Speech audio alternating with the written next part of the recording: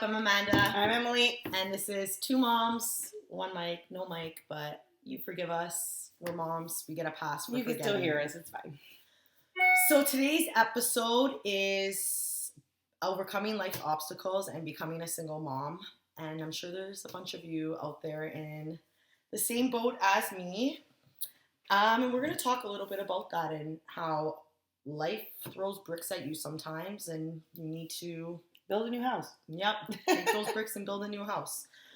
So I want to start by saying that I'm not here to tell my story because my story doesn't matter.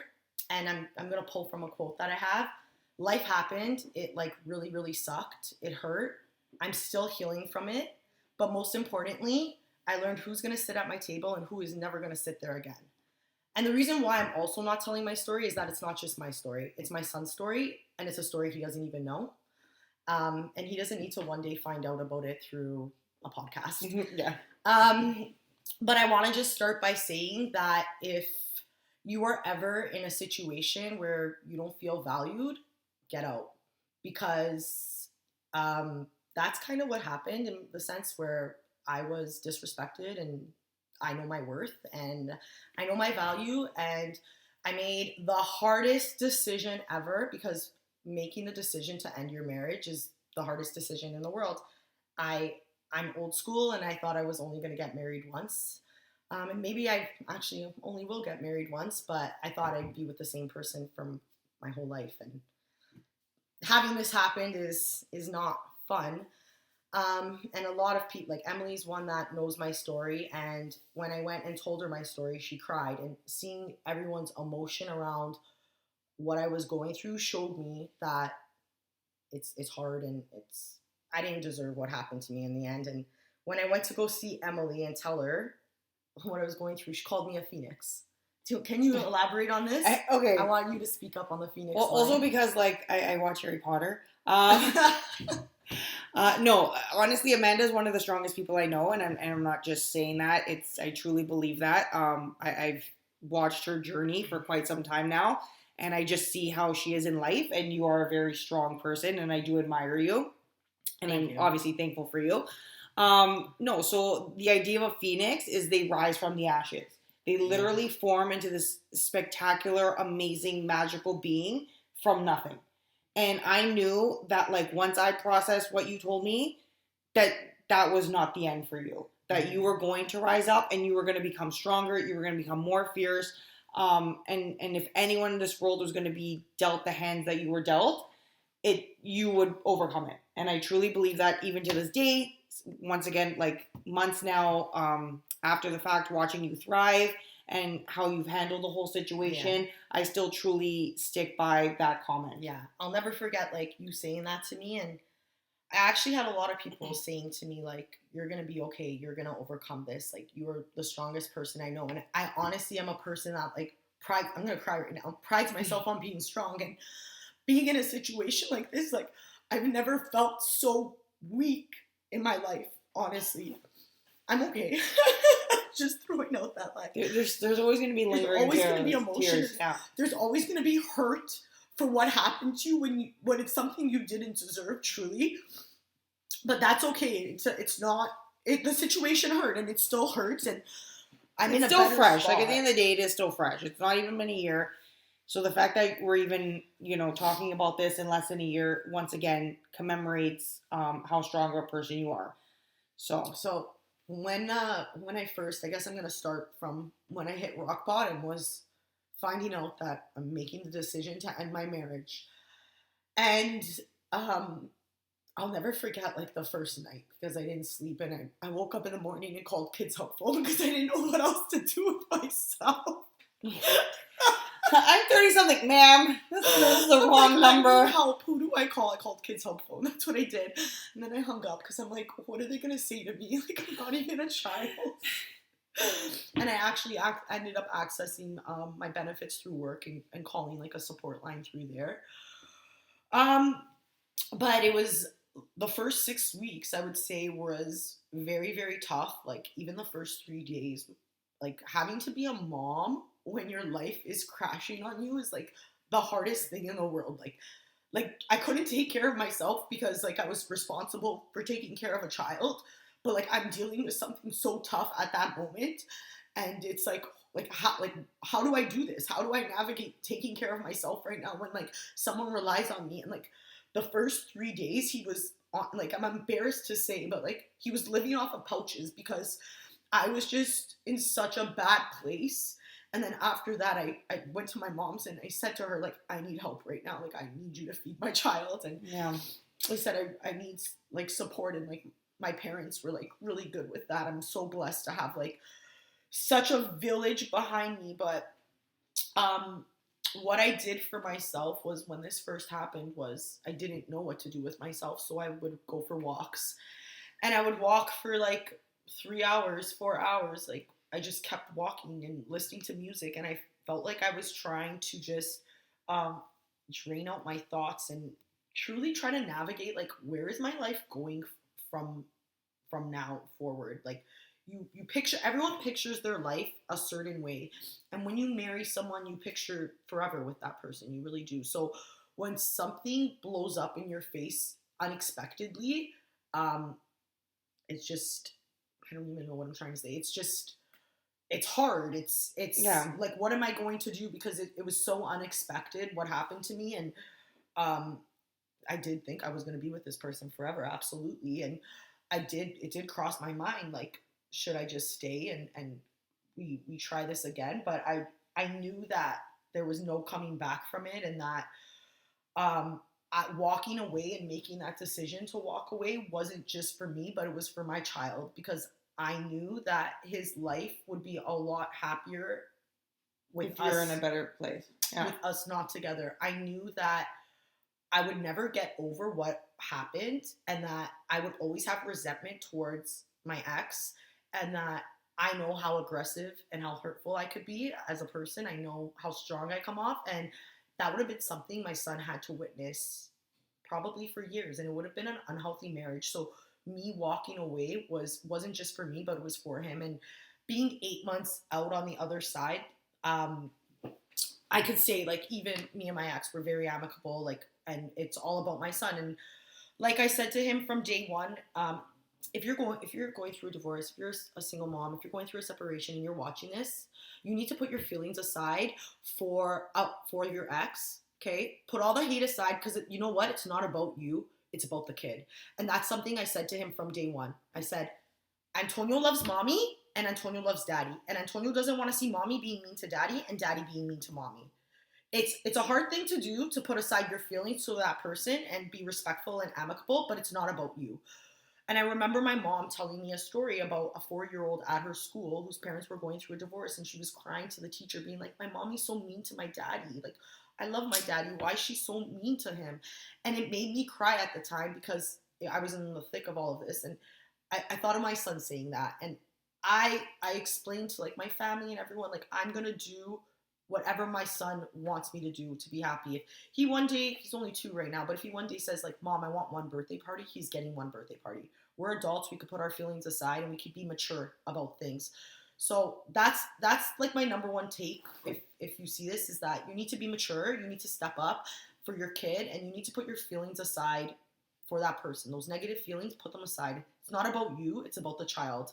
And that they're so innocent and they did nothing to have the life that they have. Like something that breaks my heart is the fact that like this happened to my child and he never got to experience what it felt like to have a family because he was just too young to know that, to know what it is to have a family. And I mean, at the same time, then I look at the silver lining of it all and I say to myself, um, but this will be his new normal and he won't have to go through the hardship of feeling a family breaking up, right? Yeah. So oh my gosh, I have notes here and I'm not even going on them. And so what do I want to say? How I was mentally, I was depressed. I had a lot of anxiety. I If you've been following me for a long time, you could tell I physically changed. And it was, being 8 months out and the amount of people that tell me how good I look, I actually hate it. I actually hate being told. Yeah, because you know it didn't come from like a. You didn't wake up one day and say, "Oh, diet starts Monday," and that type of thing. It was from sleepless nights, stress. I lost 50 pounds. Yeah. Like, that's a lot of weight to lose. I've lost 50 pounds. And even like on my stories on Instagram, I had actually people being like, "Are you on Ozempic?" And no one knew what I was going through, but I was just like, damn, like people, or even people telling me how good I look. Like, the amount of people are like, you look amazing. And it doesn't make me feel good because what I went through to look this good wasn't good.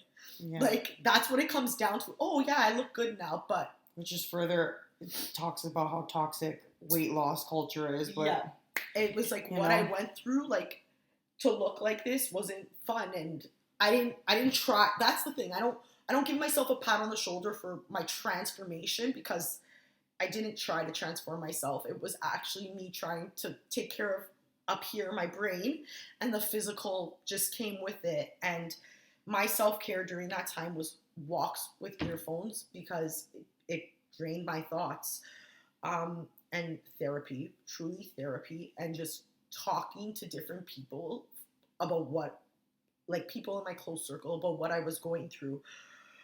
There was a lot of hate, a lot of anger those first few months. I even the first 6 weeks I ended up in the hospital with vertigo because I was so stressed, and it was just like, again, I'm thinking like, why is this happening to me? Like, what did I do in this world to deserve this? And I'm sure, like, if you're someone who's, again, going through a divorce, you think like, why me?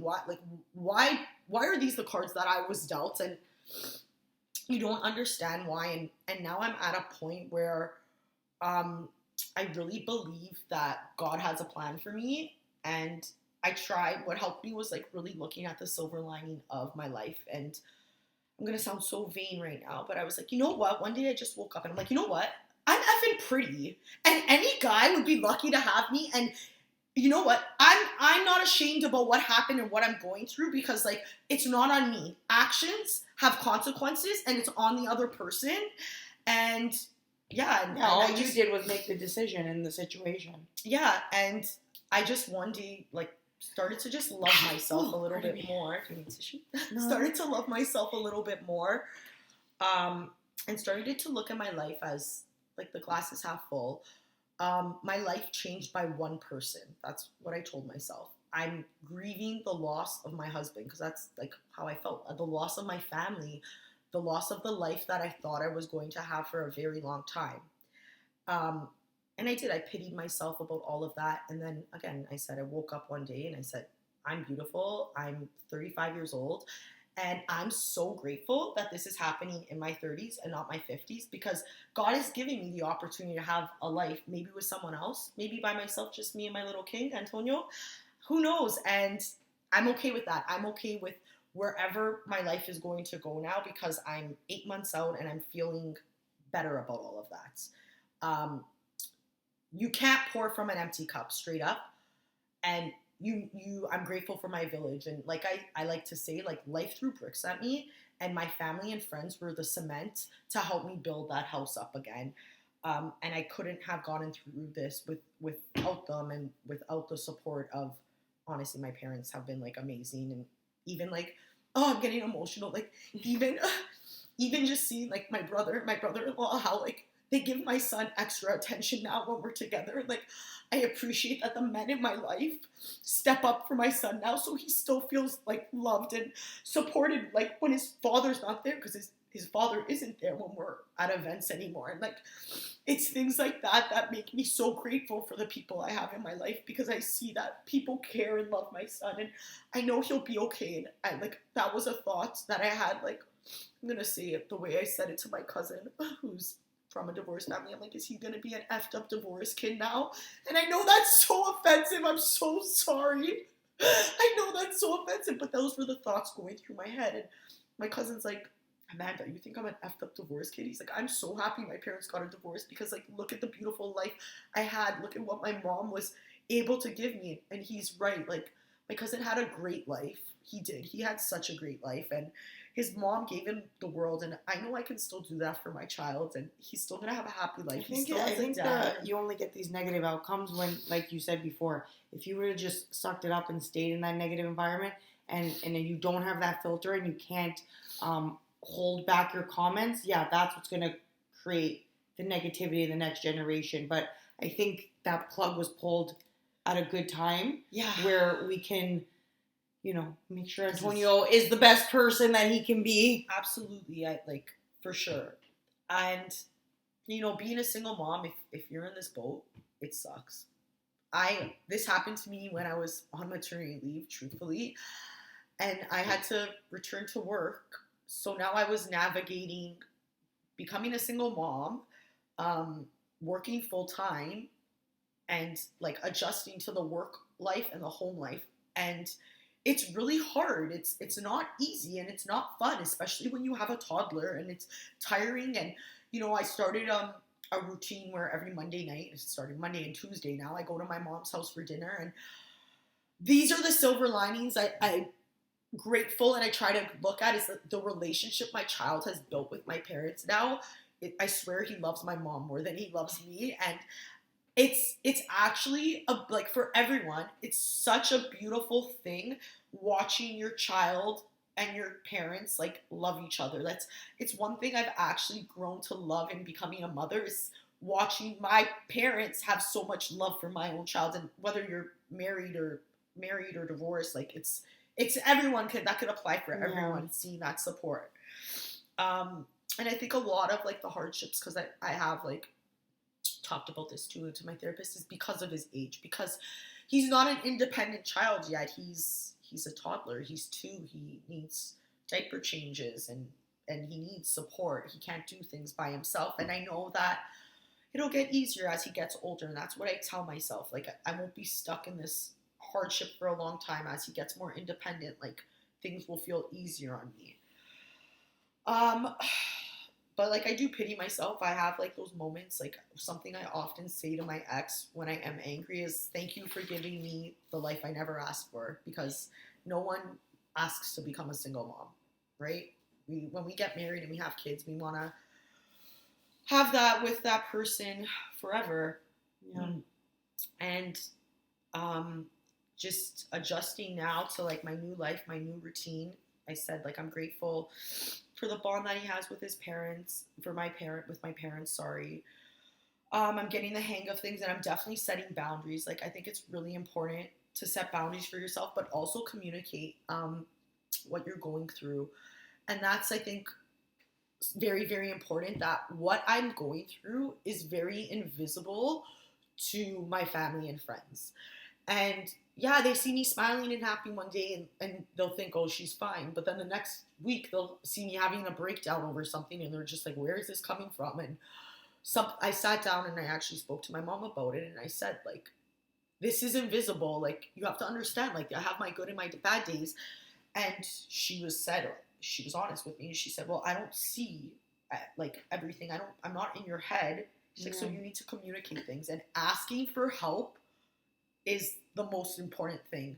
Because I'm such a strong person, I like expected people in my life just to offer help. But you can't just expect that from people. Like, when you need help, you need to advocate that for yourself. And that definitely made a huge difference in my life. My mom, like, if I'm having a bad day, she'll pick up my son for me and give me that time that I need. And it really was my village that helped me overcome this and navigate and take the bull by the horns and try to move forward from what I went through. Yeah.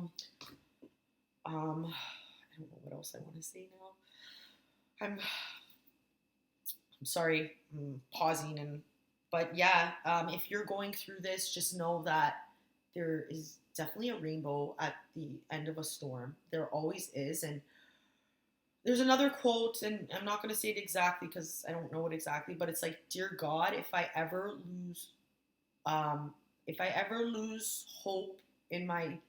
I ever lose faith in in my dreams or something like that, if I ever lose hope in my dreams, please remind me that your plan is better than my dreams, something like that. And that's something I tell myself all the time. And I think focusing on the positives in my life and how I've said it before, I'm all over the place, how my life only changed by one person and that I still have so much support and love and so much going for myself, um, really makes a difference in overcoming these obstacles of your life crashing down and having to become a single mom. And if you don't have a village, hire a babysitter. I'm like big on that. Like get your make sure you still make time for you, because it's different from being like Emily, who has a husband, in the sense that like I'm sure you do a lot on your own because moms do a lot. They're superheroes.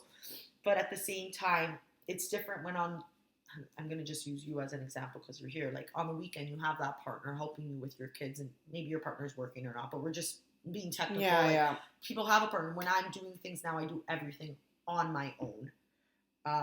Yeah, like your bedtime routine is always you. Yeah. You can't be like, oh, I don't feel like doing it, or divide and conquer. Like, let's say you do the bath and I do the reading. Like, it's everything's always on you. Yeah. Like, there's not the option to have somebody else there. Yes. And then sometimes it's something like I miss, absolutely. But then I also have those, and we talked about on the self-care episode, like I have those physical breaks now where this weekend my son is with his father, and I have time for myself. And in the beginning it was hard for sure, like the fact that I had to give my child away for 2 or 3 days, like it really affected me, and I feel like I'm gonna cry about it. And it was hard, right? Like you don't want to share your child with someone, but as I returned to work and my life, I had to adjust to my new life. I'm now at a point where like I need those breaks too, and like I need to take that time to take care of myself too, because I'm still healing and I'm still overcoming what I'm going through. So, did I do a good job on this? I don't even know what I said. I mean, considering the nature of the topic, I don't think there could have been any other way to do it. I hope that I actually did I speak enough on, like, if you're a single mom going through this, like, you're gonna be okay. Number one. Number two, like, if you're someone watching this and you're in a situation where it's like, I'm not valued and I'm not, like, that person's not grateful for you. You know what? He says it now, I took you for granted. Yeah, you did. You took me for granted. You didn't realize how great I was. Sorry, I'm going to say it. And if you're watching this, you're great. Okay? You are effing great, and you deserve someone should treat you like a queen. And if they're not, then be your own queen. Straighten your own crown, and that you don't need anyone. I love me. I love myself so much, and people are probably like, you're so vain, but I do. I love myself. I love my life. I'm happy with it, and I had to hit rock bottom maybe to see that, and to see that I'll be okay, and I'm still gonna have a great life. And a marriage ending isn't the end of the world. Yeah, and I'll never forget, like, when this first happened, you said to me, you're like, there's probably so many people who are like scared to pull the plug and scared to do this, and like they shouldn't. And I remember you saying, like, I'll take them all in. Like, if you want to have a divorce, I'll take you in. You could just come stay with me for a bit. And like that just went to go show like your strength in, once again, like a shitty situation where like your focus wasn't even on you. Like it was like at that moment you were still caring about the other people because you were so sure in yourself and you're so strong in yourself that you want other people to have that confidence that, like, yeah, regardless of the situation, you're being taken advantage of, maybe you're being cheated on, maybe, God forbid, it's an abusive situation, but if you need to get out, that was your message. Your message was, get out. Get out. Life is not worth keeping yourself in a shitty situation. That always resonated with me, like, of how passionate and how strong you were, like, on that. I'm happy you brought that up because this is good to talk about. So one thing when I went to go tell my friends is I said to them, if you're ever, like she said, if you're ever in a situation where you feel like you can't walk away, I can. I'm grateful, and this is my advice to, like, anyone watching this, I'm grateful that I was still financially independent and I didn't rely on that other person for money. And that's why I could walk away, because I didn't rely on them and I didn't need you for that. And I said to all of my friends, and if you're watching this and you're in a situation, I'm saying it to you too, if you feel like you can't walk away because you have nowhere to go, I'm grateful that I have a place and you could come live with me. I'm not even joking. Message me, you could come live with me, because no one should be in a situation that they're not treated like a queen and they're devalued, and you matter and your worth matters and your kids matter. And I have bedrooms for you. Don't worry. I have empty bedrooms. And I think I'm gonna end it on that road notes and say, like, you matter, you're strong, and get out, and there's people that support and love you just like me, and I'll be there for anyone who is in a situation that they need to get out of. And yeah, I think that's it. Maybe we'll talk about this again one day.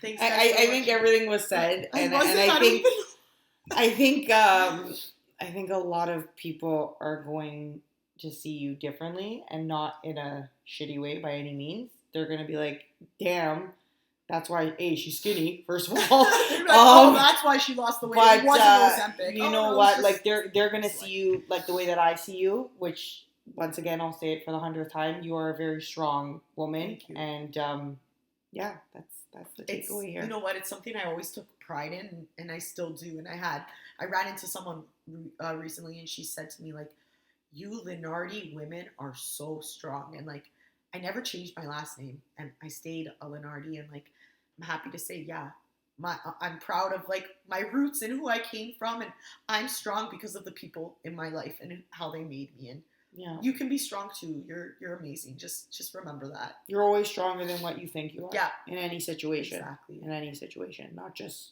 this one. Yeah. On that note, see you soon.